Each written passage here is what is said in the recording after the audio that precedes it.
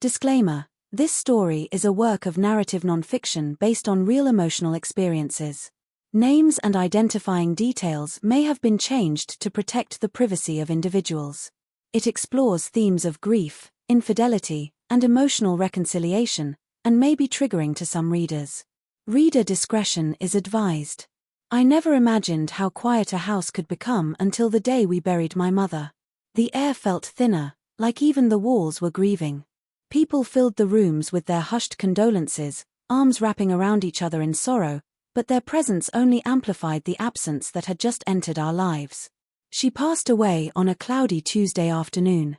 Cancer had taken her slowly, silently, over the course of 18 brutal months. We all saw it coming, but no amount of knowing prepares you for the actual moment she's gone. She was the center of everything, our calm in storms, our reason to return home. My father stood at the edge of her grave like he was lost at sea. He didn't cry. That's the first thing I remember noticing. Not even a tear. Just that same distant look in his eyes that he'd worn for months, maybe years.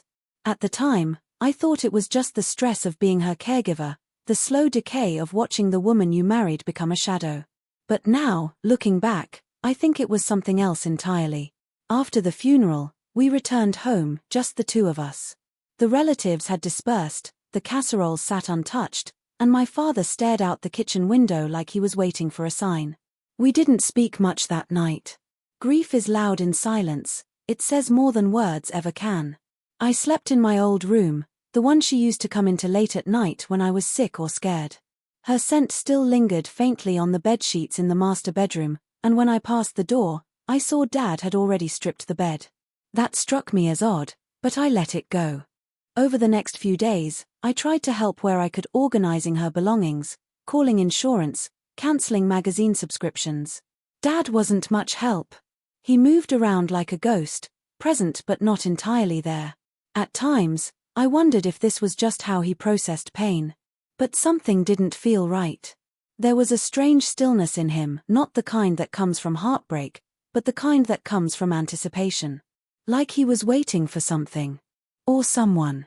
It would take another week before I found out exactly what that something was. And when I did, it shook the very foundation of what I thought I knew about my parents, about love, and about betrayal. Grief doesn't follow rules. It doesn't come in clean waves or predictable stages. It seeps into corners, hides in familiar routines, and breaks you when you least expect it. The days after the funeral felt strangely mechanical. I'd wake up, make breakfast, and try to fill the silence with tasks, laundry, phone calls, organizing the kitchen. Anything to avoid feeling the gaping hole my mother had left behind. My father was distant. Not just quiet, distant. Emotionally removed. Sometimes I caught him sitting in the dark living room, staring at nothing. Other times, he'd be gone for hours, without saying where. He was never much of a talker, but now it was like he'd muted himself completely. I assumed he was grieving in his own way. Everyone processes loss differently, right? So I gave him space. I didn't ask questions when he didn't eat. I didn't push when he ignored the unopened sympathy cards or the stack of mail piling up on the counter. But I noticed. One morning, I found him in the garage, holding a photo I didn't recognize. A woman, blonde, middle-aged, smiling, standing by a lake. I asked who she was. He quickly tucked the photo into a drawer and said, "Just an old friend." Something about the way he said it bothered me. It wasn't just dismissive, it was rehearsed. Like he knew I'd ask one day and had a response ready. I tried not to jump to conclusions. I reminded myself that my mother had just died. He was lonely. Lost. Maybe holding on to old memories to get through it. But the truth was, the more time I spent with him, the more I felt like I didn't know this man. The father I remembered from childhood had always been steady, kind, maybe a little emotionally guarded, but faithful. Or at least I thought he was. He kept avoiding her things. Her closet remained untouched, yet he didn't enter the room. Her favorite armchair sat empty, and he wouldn't even look at it. When I suggested we go through her clothes together, he refused with an odd sharpness in his voice. Something was wrong. I could feel it. Not just grief, Not just heartbreak, but something underneath it. A secret pressing against the silence. And then, one evening, after dinner, he poured himself a glass of whiskey and sat across from me at the kitchen table. He looked older than ever, like the weight of time had finally caught up to him. What he said next would change everything I thought I knew about my parents, and about him. It was quiet that evening, too quiet. The kind of silence that buzzes in your ears because there's nothing left to distract you. My father sat across from me at the kitchen table, his fingers tapping lightly on the side of his whiskey glass. He hadn't said much during dinner, and I hadn't pushed him. We were both navigating a grief neither of us knew how to name. Then, he looked up. His eyes, tired, heavy, met mine. "I need to ask you something," he said, voice barely above a whisper. "Okay," I replied, unsure what was coming but bracing for something practical. Legal papers, the will, maybe a family heirloom. But what came next hit me like a slap across the face. "Would you be okay if I invited someone here?" he asked. "To the house?" I tilted my head, confused. "Someone? Like who?" He hesitated. His grip tightened around the glass. "Her name is Lillian." The name meant nothing to me. I stared, waiting for him to explain. "She and we've known each other a long time," he continued. "I've loved her for a long time. Even before your mother died." The words didn't make sense at first. They sat in the air like a puzzle I didn't want to solve. "I don't understand," I said, my voice shaking. He looked down at the table, as if ashamed or maybe just too tired to hold my gaze. "It wasn't physical, not at first. Not for years. But the truth is, your mother and we were done a long time ago. We stayed together for you. For the family. But I've been in love with Lillian for over a decade." My throat tightened. I tried to speak, but nothing came out. He looked back up at me. I waited. "I never brought her into this home while your mother was alive." I respected that line. But now, I'm alone. And I don't want to be anymore. I stood up, the chair scraping harshly against the floor. "So you're saying you cheated on Mom?" He winced. "Emotionally, yes. I never wanted to hurt her or you. But I can't pretend anymore. Lillian's been waiting, and I think it's time." I couldn't breathe. I wanted to yell, to accuse, to cry. But more than anything, I felt betrayed not just by what he'd done, but by how casually he was saying it. Like this was a normal conversation to have 3 weeks after burying my mother. I stormed out of the room, my heart pounding, my vision blurring. That night, I couldn't sleep. I kept replaying the words in my head. "I've loved her for over a decade." And I realized something even more painful. I didn't just lose my mother, I was starting to lose my father, too. The next morning, everything felt different. The walls of the house I'd grown up in suddenly felt unfamiliar, like I'd woken up somewhere I no longer recognized. My father sat at the breakfast table with a cup of coffee like nothing had changed, but everything had. I didn't speak to him right away. I didn't know how. Every time I looked at him, all I could hear was that sentence, "I've loved her for over a decade." Eventually, he broke the silence. "I know this hurts you," he said quietly. "And I'm sorry. I truly am. But I think you deserve to know the full truth." I sat down across from him, arms crossed, holding myself together. He took a deep breath. "Your mother and we hadn't been in love for years. We stopped being partners, even before you went to college. We kept the peace for the sake of the family, but the intimacy, the connection, it was gone. I wanted to argue, to defend her, but deep down I remembered the distance. The way they rarely touched. The separate vacations. The unspoken coldness that sometimes passed between them when they thought no one was watching. Still, it didn't justify what he'd done. "So you just fell in love with someone else? While she was still alive?" I asked, the bitterness slipping out. He nodded slowly. "It wasn't planned. Lillian was a colleague, someone I confided in.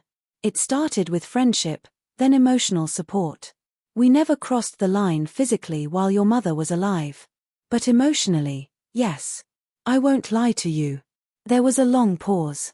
"I tried to leave once," he added, almost in a whisper. "About 7 years ago. I told your mother I wanted to separate. I stared at him. You never told me that. She begged me to stay. Said we'd try again. And for a while, we did. But the truth is, we were living separate lives, just under one roof. Your mother knew it too. She wasn't blind to it. My stomach turned. I thought about all the birthdays, holidays, dinners where I thought everything was normal. Had I missed the signs? Had we all just been pretending? She died not knowing about Lillian, I asked. Right. He hesitated. No, he finally said. She knew. We never talked about her directly, but your mother, she knew someone else had my heart. She never said it, but I could feel it in the way she looked at me sometimes. There was pain in her eyes. And guilt in mine. That was the moment the grief twisted into something else. Confusion. Not just about him, but about them. About the kind of marriage they really had behind closed doors. About the kind of woman my mother was, strong, proud, but maybe silently heartbroken all along. It didn't excuse his betrayal. But it made it harder to see it in black and white. My family had been built on a foundation of love, or so I thought. But now, it felt like I was standing in the ruins of a carefully maintained illusion. The days that followed blurred together like a fogged-up window I couldn't wipe clean. I went through the motions, making coffee, helping around the house, answering condolence messages, but I wasn't really there. I was somewhere else, trapped in the past, tearing through memories I once trusted, now questioning everything they meant. I kept asking myself, had I missed it? Had the signs of their broken marriage always been there, just buried beneath my need to believe in a perfect family? I started revisiting moments I hadn't thought about in years. I remembered how they'd sometimes sit in the same room without speaking, my father reading the paper while my mother quietly folded laundry. No tension, no warmth, just silence. I remembered how she'd light up when talking to neighbors or friends but dim when he entered the room. I thought it was normal. Married life. Familiarity. But maybe it was something else. One night, I found myself in the attic, surrounded by dusty photo albums and forgotten boxes. I opened one and found dozens of old photos, my parents smiling on vacation, my birthday parties, holidays by the fireplace. It all looked so happy, so full of love. But now, I couldn't stop wondering what lay beneath those smiles. Was my mother faking it? Was he? Then I found something that brought me to a halt, a letter. It was tucked in the back of a box filled with holiday cards. The envelope was yellowed and unsealed. It wasn't addressed to anyone, but the handwriting was unmistakably my mother's. I hesitated, then unfolded it. Some days, I feel like I'm living with a stranger. His kind. His loyal to the routines. But his not mine anymore. I miss being chosen. I miss being seen. I don't ask questions because I already know the answers. I just hope that someday, when I'm gone, she'll forgive me. And maybe he will too. I read the letter over and over, my chest tightening. She knew. She knew he'd stopped loving her. And yet, she stayed. She endured. Not because she was weak, but because she believed in keeping the family whole, even at the cost of her own happiness. That's when the anger started to crack. I felt betrayed by my father, but I also felt something else I hadn't expected, sorrow. For her. For all the quiet pain she carried. And strangely, for him too, for living half a life, loving someone in the shadows. That night, I sat in my childhood room, surrounded by pieces of a family that no longer fit together. The truth had shattered the image I'd held onto for so long. But maybe it was time to let that image go and face the reality of who my parents truly were. Not perfect. Not pure. But human. I didn't want to meet her. The thought made my stomach churn. I imagined a homewrecker. A cold, calculating woman who waited in the wings while my mother wasted away. I hated her, even though I didn't know her name 2 weeks ago. Her very existence made my grief heavier, uglier. But my father insisted. I don't expect you to accept her, he said, but at least give her a chance to explain. To speak for herself. Out of some blend of curiosity, guilt, and exhaustion, I agreed. We met at a quiet cafe on a rainy afternoon. I arrived early and sat by the window, fidgeting with the coffee cup in my hands, heart racing like I was heading into a confrontation I wasn't prepared for. She arrived right on time. Lillian. She wasn't what I expected. She was elegant but understated, with kind eyes and silver strands in her tied-back hair. She looked tired. Not just physically, but in the way someone looks when they've been carrying something heavy for a long time.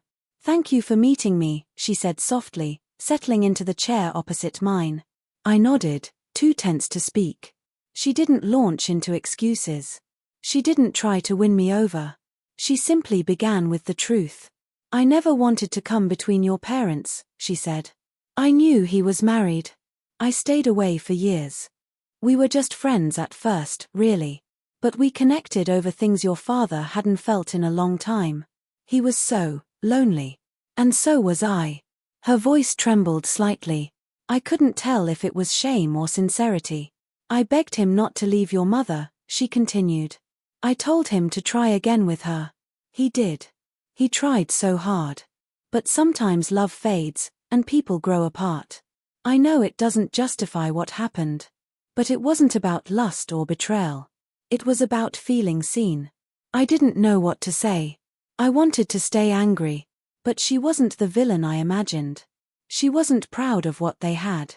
She didn't smile when she said his name. She looked haunted. "I never asked him to choose," she said. "I loved him quietly. I loved him in the background. I stayed hidden so that your family could stay whole." "Do you think that was easy?" That question pierced something in me. Because no, I didn't think it was easy. It was selfish, yes, but also sad. We sat in silence for a while. Rain tapped against the windows like a metronome of grief. "I know I'll never replace your mother," Lillian said, standing up. "I'm not trying to. But your father, he deserves a little peace before the end of his life. And so do you." I watched her leave, not with hate, but with a strange ache I couldn't name. She was real. Flawed. Like all of us. And maybe, just maybe, there was room in the story for more than one kind of heartbreak. I didn't sleep that night. Every time I closed my eyes, I saw my mother's face, and then Lillian's. I kept replaying the conversation at the cafe, her voice echoing in my mind. "Do you think that was easy?" No, it wasn't.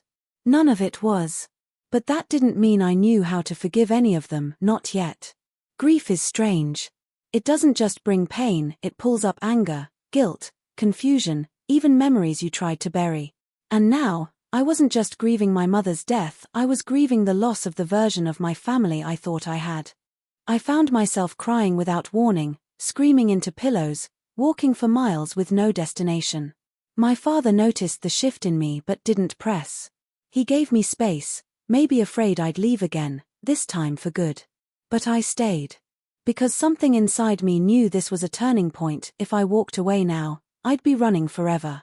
One evening, I sat down with him again. We hadn't really talked since the day he told me everything. He was watching an old home movie, me as a toddler, my mother laughing in the background, her voice light and full of life.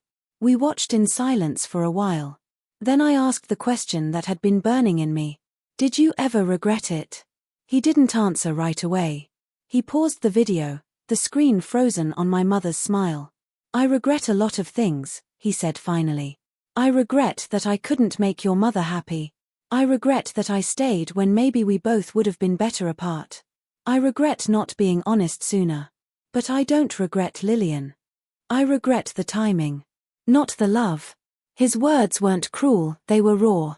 Honest in a way that forced me to stop expecting simple answers. "That letter," I said, "the one she wrote, Mom knew, didn't she?" "Deep down." He nodded. "She did. And in her own way, she forgave me long before you ever knew. We just never said the words out loud. That destroyed me a little. That so much pain had lived quietly between them, unspoken. Maybe that's what love looks like sometimes, not the perfect marriages we imagine, but the ability to stay, endure, and forgive the things we don't talk about." I didn't know how to feel. Rage, sadness, guilt, empathy, they all circled each other inside me like a storm without a center. I wasn't ready to forgive him. Not fully. But I was starting to see the gray space between betrayal and brokenness. And for the first time in weeks, I touched my father's hand across the table. No words. Just a silent acknowledgement that maybe we were both just trying to survive a truth that had taken too long to come out. Time didn't heal everything, but it did soften the edges. In the weeks that followed, my father and I settled into a fragile peace. Not a resolution, not forgiveness, but something in between. A quiet willingness to try. Grief still lived in the house, tucked into the corners of every room, but it wasn't alone anymore. So did honesty. So did reality. Lillian didn't come to the house, not yet. My father didn't push. He respected the distance, maybe understanding that I was still stitching myself back together. But he continued to speak of her, not to persuade me, but to make her presence part of the truth instead of a shadow we avoided. I began visiting my mother's grave more often. At first, I went to feel close to her. Then I went because I needed answers. But eventually, I just went to speak. To remember her as my mother, not just the woman in a fractured marriage. I talked to her like I used to when I was younger, and one day, I said something I hadn't been able to admit even to myself. I think you forgave him. And I think I might have to, too. That moment didn't bring peace, but it brought clarity. I could stay angry forever, clinging to betrayal like a badge, or I could let go. Not for him. Not even for Lillian. But for me. Letting go didn't mean forgetting. It didn't mean saying it was okay. It meant accepting that people are messy, complicated, and sometimes broken in ways we don't see until it's too late. It meant choosing to stop carrying pain that wasn't mine to hold anymore. A few days later, I told my father he could invite Lillian over. He was stunned. "Are you sure?" he asked, as if bracing for a trick. "No," I said. "But I want to see what you see in her. Not to replace Mom, but to understand." When Lillian came to the house, it wasn't dramatic. No apologies, no grand speeches. Just 3 people sitting in a living room, surrounded by old memories, trying to make space for something new. She brought a photo of my mother, framed and simple, and placed it on the mantel. "I don't want her forgotten," she said. "She made him who he is. And she made you." It was a small gesture. But it broke something open in me. That night, I sat in my room, the door cracked open just slightly, listening to my father laugh, really laugh, for the first time in what felt like years. Not because he had moved on, but because he had survived the weight of what had come before. So had I. And in that quiet house, full of scars and memory, I realized something important. The truth had hurt. But it had also set us free. 1.